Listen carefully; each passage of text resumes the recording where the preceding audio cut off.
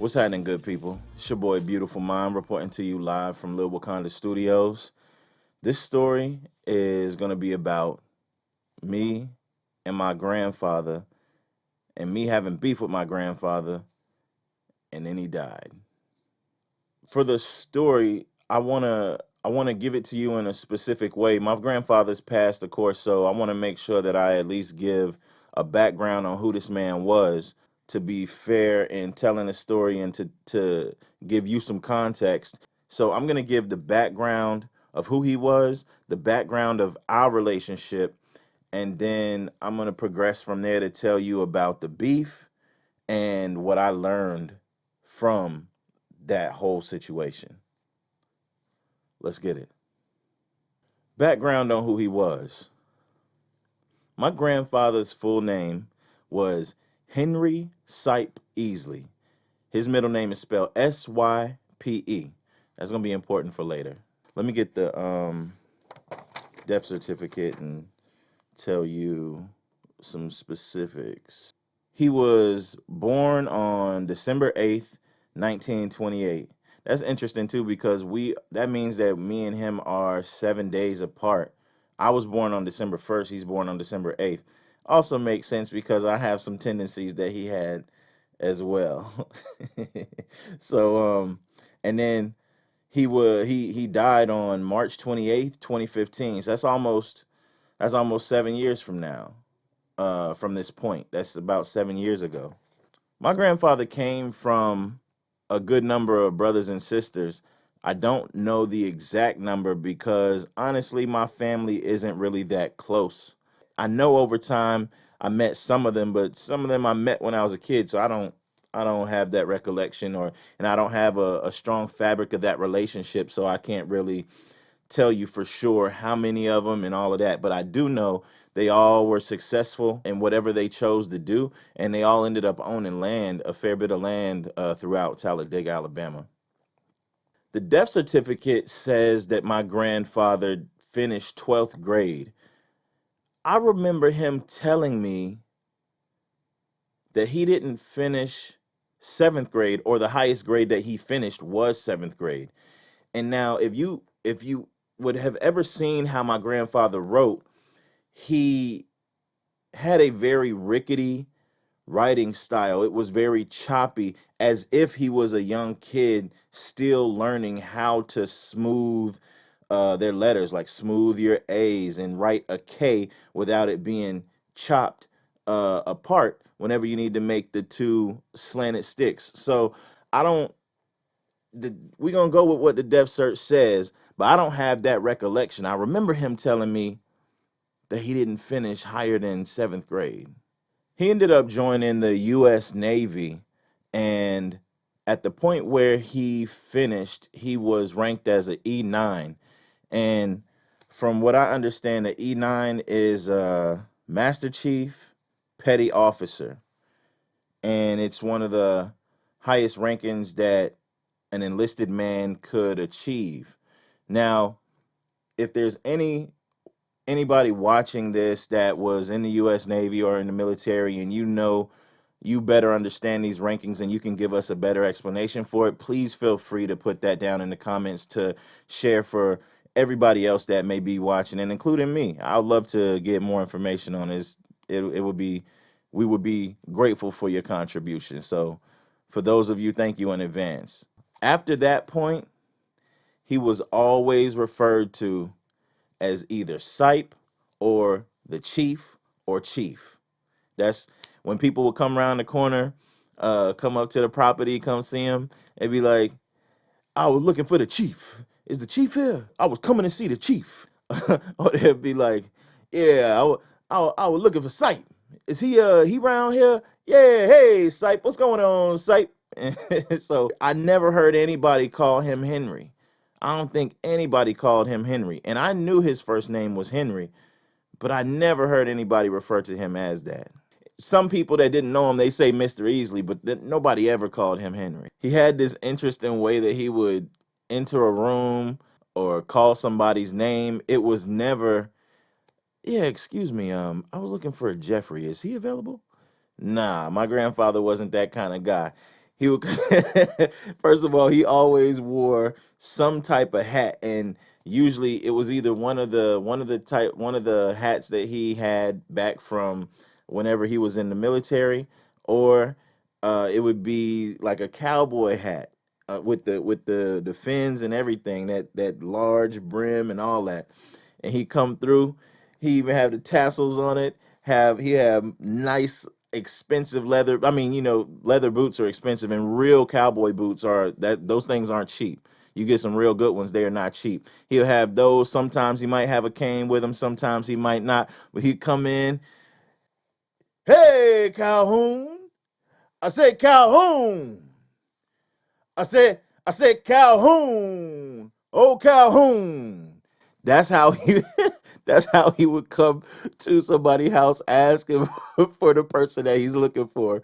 He called out their last name or first name, and just like that, that's how he do it. The same way he called for the cows. Whenever he had cows on his property, he would come through.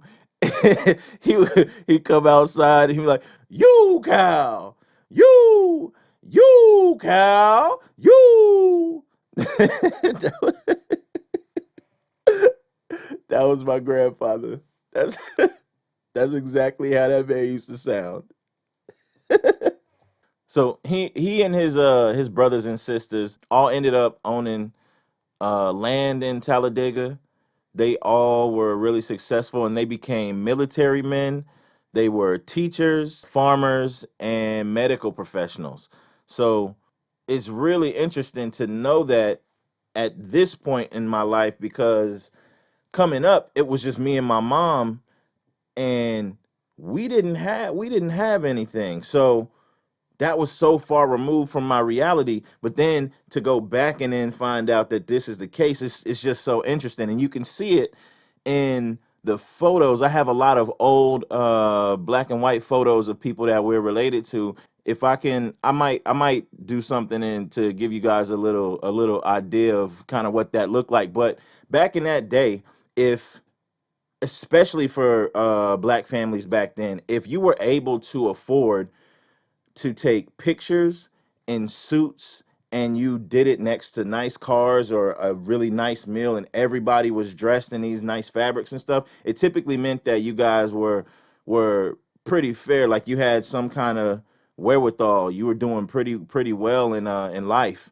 And turns out that a lot of the people that I come from did. They were doing really well. So it's really interesting to see that at this point in my life. I'm 39 years old at this point.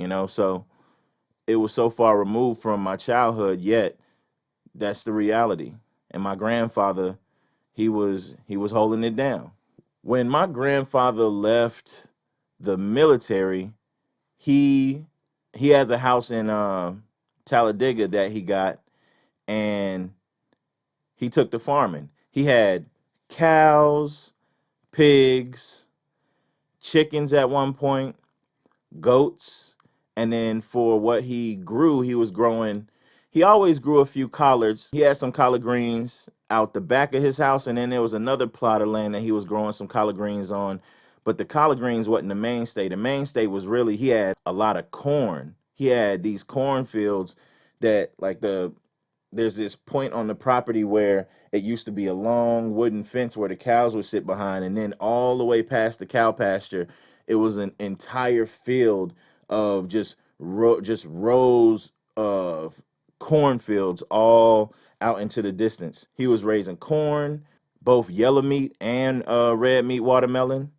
And if you never had yellow meat watermelon, it was sweeter than red meat watermelon, and it had less seeds. It had more of them little white seeds that you could just eat and move along. It was delicious, and it was nothing better than cracking one of those open and sitting on the back of the truck and just eating it and just getting all filthy and everything. Just spray off with the water hose and move along. You in the country. It's Talladega, Alabama. He also grew snap peas. He grew tomatoes.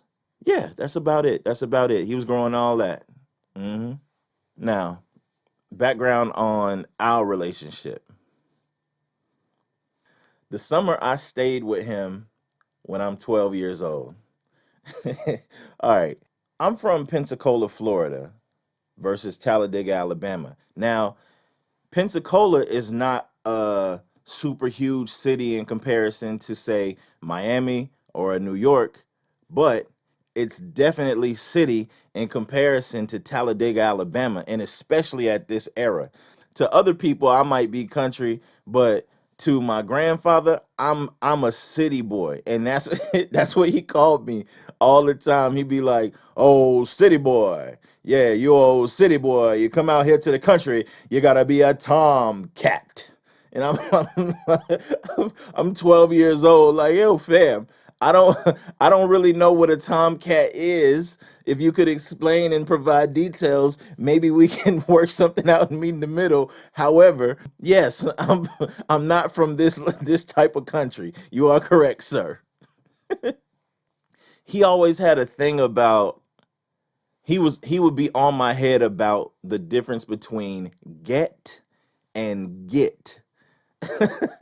This, just the pronunciation of it. Never mind anything else that was grammatically incorrect or any other issues that would happen. That was his sticking issue. And if I was around him and I said get instead of get, he will always be on my head about it. Be like, oh boy, get ain't got you nothing. It's get, boy. It's get. And I'm I'm 12 years old. I'm like, yo, why is this man so heavy on me pronouncing get instead of how I'm saying it as get? What's the problem? I'm like, fam, either way, if get the soda, if you say get the soda, I'm gonna expect that you gonna go and get that. I'm not worried about if you said get or get. Just fam, just bring them out and do it. Let's move along with life, shall we?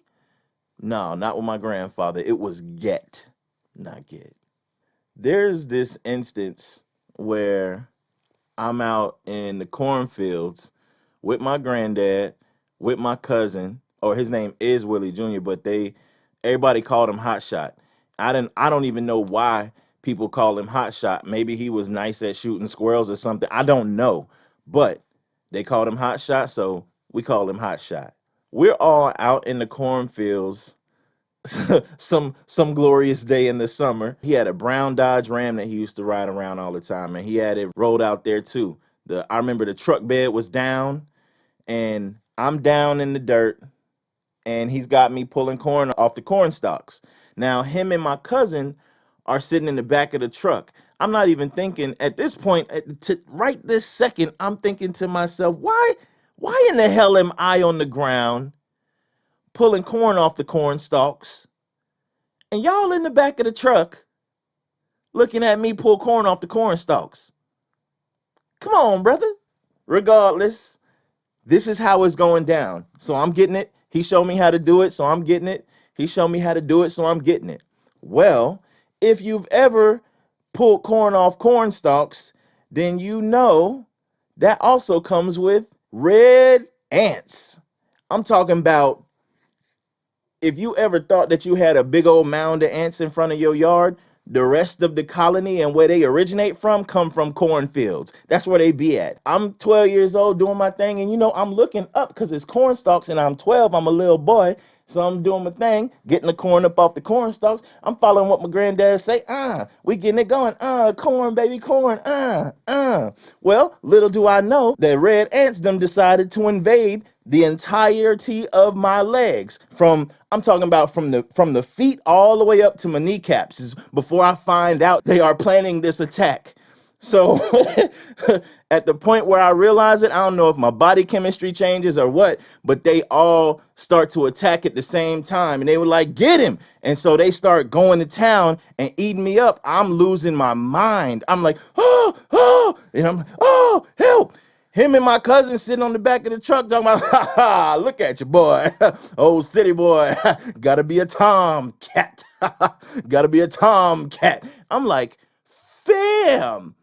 Are you or are you not my grandfather? You are nothing like the grandfathers on television. I've been watching TV for quite some time in my 12-year-old age at this point, and you aren't like any of these grandfathers. As I continue to try and save my life from all of these ant bites, thank God I wasn't allergic to them or something like this, but man, I'm talking about after it's all said and done, I'm talking about legs looking like just an acne problem all on my legs, brother. It's crazy. It's crazy.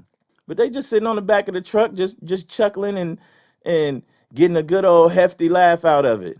Man, they lucky I wasn't as vindictive as I could have been, boy. Whew. Lord have mercy. So, as I say, we are on a farm.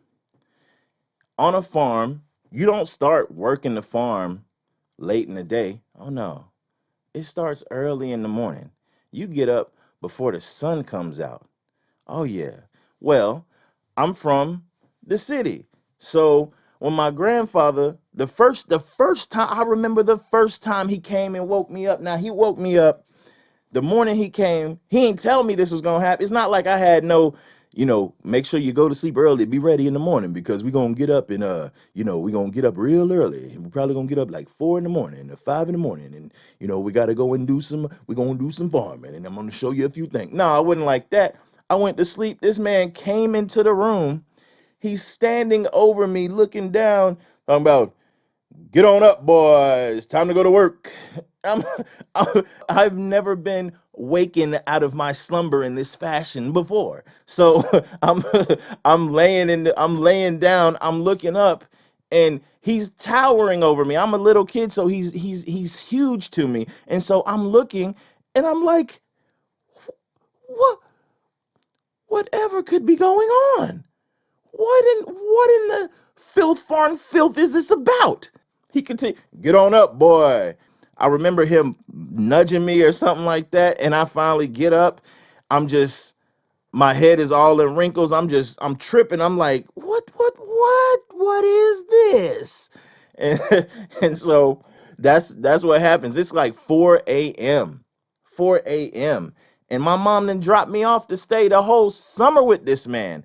I'm like, yo, this is not what I expected whenever I was gonna go and stay with my grandfather. Nobody told me this is what I was in for. This was an entire setup. I feel ambushed. I feel like it's an ambush. So I'm up.